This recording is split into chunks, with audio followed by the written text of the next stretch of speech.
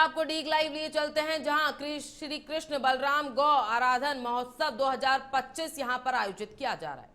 आज के इस कार्यक्रम में जिनकी आप भागवत सुन रहे हैं,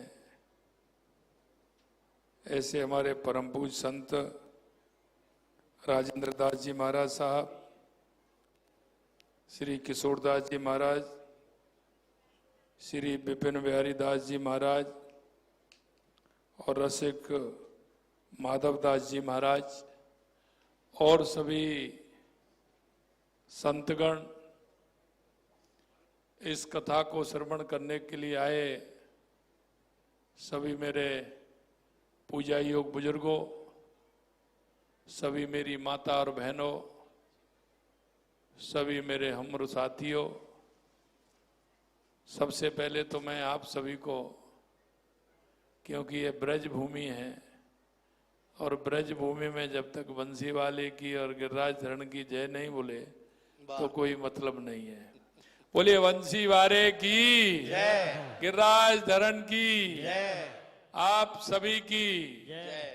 क्योंकि ब्रजवासी है, ब्रजवासी की जय भी बोलनी चाहिए। आज के इस कार्यक्रम में महाराज जी ने मेरे को, क्योंकि काफी समय पहले आपने निमंत्रण भेजा, मैं सीकर नहीं आ पाया था किसी कारण से, लगातार व्यस्तता। तो मैंने कहा महाराज जी के मन में ये बात आएगी, सीकर भी कहा, यहाँ भी कहा, कहीं आए नहीं। तो मैंने कहा कैसे भी करके नवरात्राओं में महाराज जी भागवत कह रहे हैं तो एक दिन भागवत में जाना ही है। निश्चित रूप से मैं धन्य हुआ हूं कि आप सभी ब्रजवासियों के एक साथ इतनी बड़ी संख्या में मुझे दर्शन हुए हैं। मैं अपने आप को सौभाग्यशाली समझता हूं। सबसे बड़ी बात यह है कि महाराज जी ने कहा ये एक ब्रज ही है और इस ब्रज की रज अपने आप में निराली है। गाय माता, हमारे संत, गंगा माता, यमुना माँ, ये हमारी संस्कृति है। और हमारी संस्कृति में हम वृक्षों को भी पूजते हैं, पहाड़ों को भी पूजते हैं, नदियों को भी पूजते हैं, क्योंकि ये हमारी संस्कृति में भगवान ने कहा है कि मैं सभी में वास करता हूं। जब मालूम चला कि भगवान ब्रज में आने वाले हैं तो स्वर्ग में जितने भी थे उन्होंने आके पहले ही अपना स्थान जमा लिया कि भगवान ब्रज में आने वाले हैं। पीछे वाले जो थे उनसे पूछा कि हम भी ब्रज में जाने वाले हैं। यहाँ तो बुक हो गया कि भगवान हमें कहीं भी जन्म दे दीजिए, किसी पशु के रूप में, पक्षी के रूप में, वृक्ष के रूप में, कहीं भी, लेकिन हमें ब्रज का वास चाहिए। तो सभी जिनके मन में ये थी कि मुझे भगवान को बाल रूप में दर्शन करने हैं, वो सभी देवी देवता सभी जितने थे सभी ब्रज के अंदर आ गए। तो ब्रज की महिमा अलग ही है। और जब आप देखते हैं कि ब्रज में जो यहाँ की अलग भाषा, बोली और उसका आनंद और ठाकुर जी से कितना प्यार दुलार, तो ये सारी चीजें इस ब्रज के अंदर है। निश्चित रूप से ये गोधाम भी कहलाता है।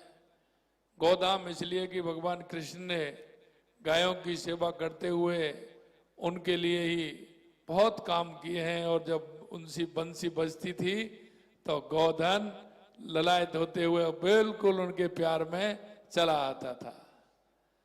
और मैं आपको इसलिए कहना चाहता हूं, महाराज जी ने कहा कि जब मैं मुख्यमंत्री बना तो मेरे पास एक बात आई कि जब गौशालाओं के लिए अनुदान कम दिया जा रहा है, उस समय 32-33 रुपए अनुदान था, तो मेरे पास जो मिलने आए थे उन्होंने कहा कि साहब 5 रुपए 7 रुपए आपको बढ़ाना चाहिए, इसमें 40 रुपए कर दो। मैंने कहा 40 रुपए क्यों कर दूं? गाय का दिन भर का भोजन कितने में हो सकता है? उन्होंने कहा साहब 50 रुपए में हो सकता है। तो मैंने कहा गौशाला में गाय के लिए अनुदान 50 रुपए ही मिलेगा। छोटे बछड़े के लिए कितना हो सकता है? कि साहब 25 रुपए में हो जाएगा। तो मैंने कहा छोटे बछड़े के लिए 25 रुपए करिए। अभी हमें गायों को जो अनुदान दे रहे हैं, 4,500 गौशालाएं हमारे राजस्थान के अंदर है। सभी को हम 50 रुपए और 25 रुपए का अनुदान सरकार की तरफ से उन गौशालाओं को हमारा पहुंच रहा है। उसके अलावा अगर उसमें कोई पानी की व्यवस्था है तो पानी की व्यवस्था हम करा रहे हैं। अगर टीन शेड की आवश्यकता है तो वो टीन शेड भी उनको, गाय में किसी तरह से धूप में सर्दी में नहीं हो तो टीन शेड की भी आवश्यकता है, तो वो भी हम करा रहे हैं। मैं आपसे कहना चाहता हूं कि हम गौ सेवा के लिए निश्चित रूप से, आप जो कह रहे हैं हम करना चाहते हैं गौ सेवा, और हमने सभी गायों को ये अनुदान भी दिया है, टीन शेड भी दिए हैं, पानी की व्यवस्था भी हमने की है।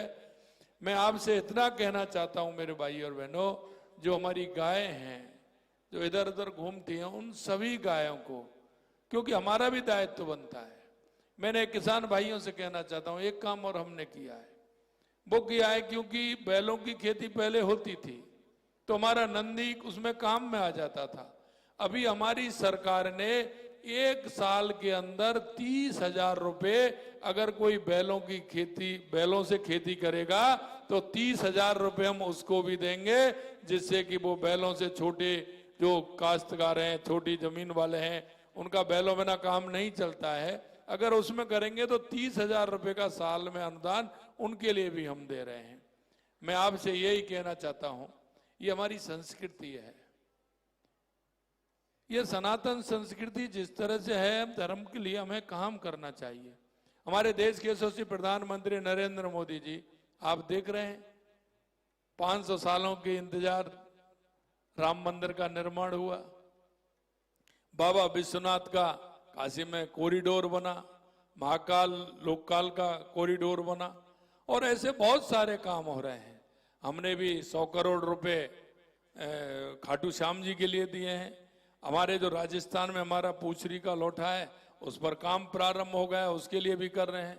हमने भगवान कृष्ण जब मथुरा से संदीपन गुरु के आश्रम में पढ़ने के लिए गए, तो हमने वो कृष्ण गमन पथ हम बना रहे हैं, जिसकी जहां जहां होकर के भगवान कृष्ण संदीपन के आश्रम, गुरु के आश्रम में गए, वहां के मंदिरों को भी सुधार रहे हैं, उस रास्ते को, जिससे लोग पदयात्रा आराम से कर सकें और भगवान के उन पद चिन्हों पर चलते हुए उस यात्रा को हम अविस्मरणीय बनाना चाहते हैं।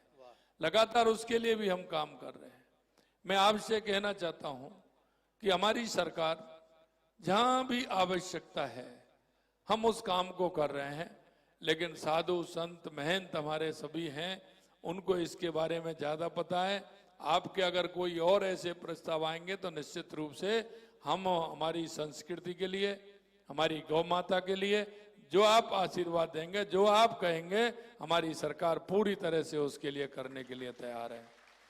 भाइयों, मैं अपने आप को धन्य मानता हूं, क्योंकि मैं अभी से नहीं, पहले से ही है। अगर मेरे को कहीं कोई निमंत्रण भी नहीं आएगा, अगर मेरे को किसी गांव में होके मैं निकल रहा हूं या रोड पे होकर के जा रहा हूं और मुझे ये मालूम पड़ जाता है कि यहाँ भागवत कथा हो रही है, तो चाहे मैं 2 मिनट, 5 मिनट, 10 मिनट उस कथा में रुक करके मैं भागवत कथा को प्रणाम करता हूं, और जितनी मेरा बात समय होता है 5-10 मिनट, घंटे में बिल्कुल सुनता हूं। क्योंकि भगवान कृष्ण ने कहा है कि वो साक्षात, हमारी जो भागवत है साक्षात भगवान कृष्ण है।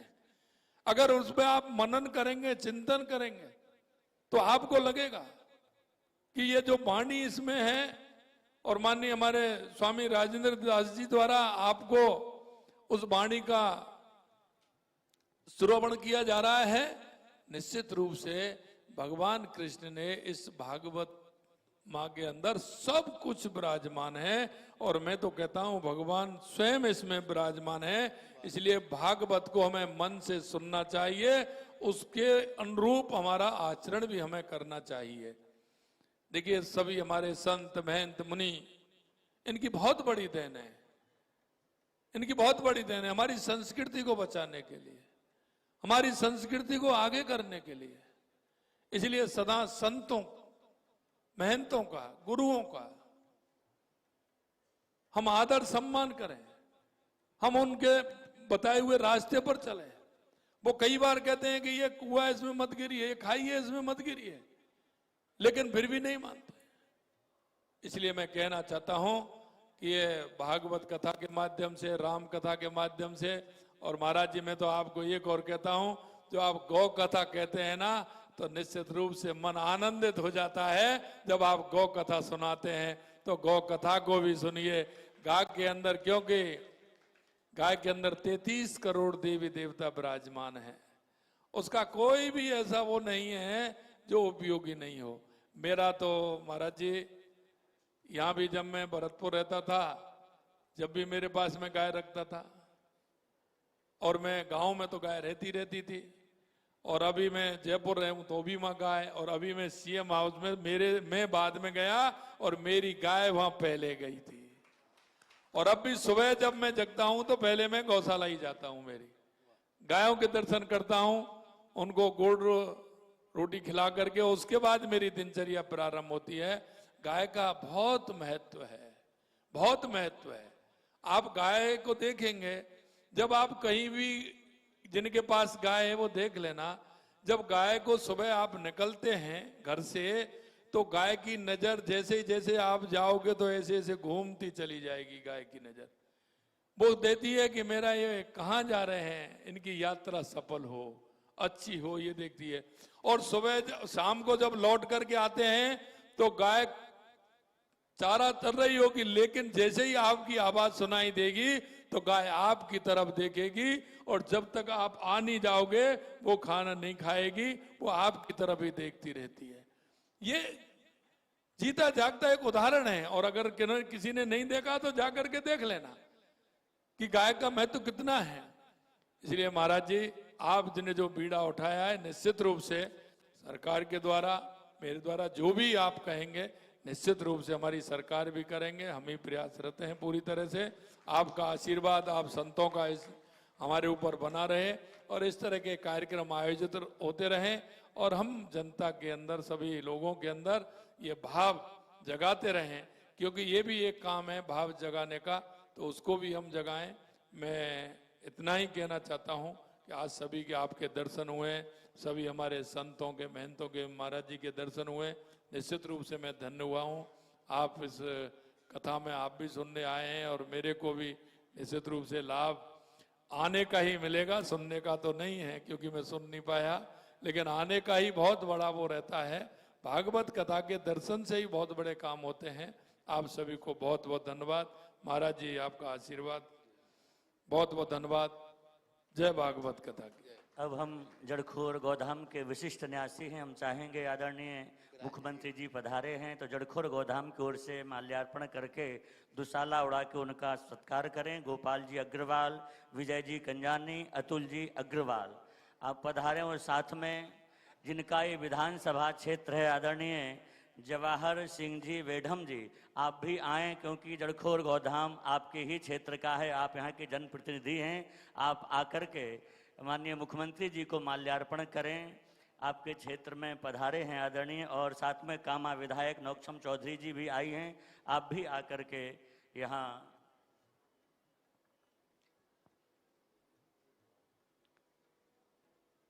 अभी केवल एक मंत्र से आरती होकर के, क्योंकि माननीय मुख्यमंत्री जी को शीघ्रता भी है, आगे के उनके अपने कार्यक्रम हैं, इसलिए एक मंत्र से आरती करके थोड़ी देर महाराज जी के साथ यहाँ कक्ष में आप जलपान करेंगे। इसके बाद फिर आप विजय करेंगे। एक मंत्र से आचार्य जी आरती करा देंगे।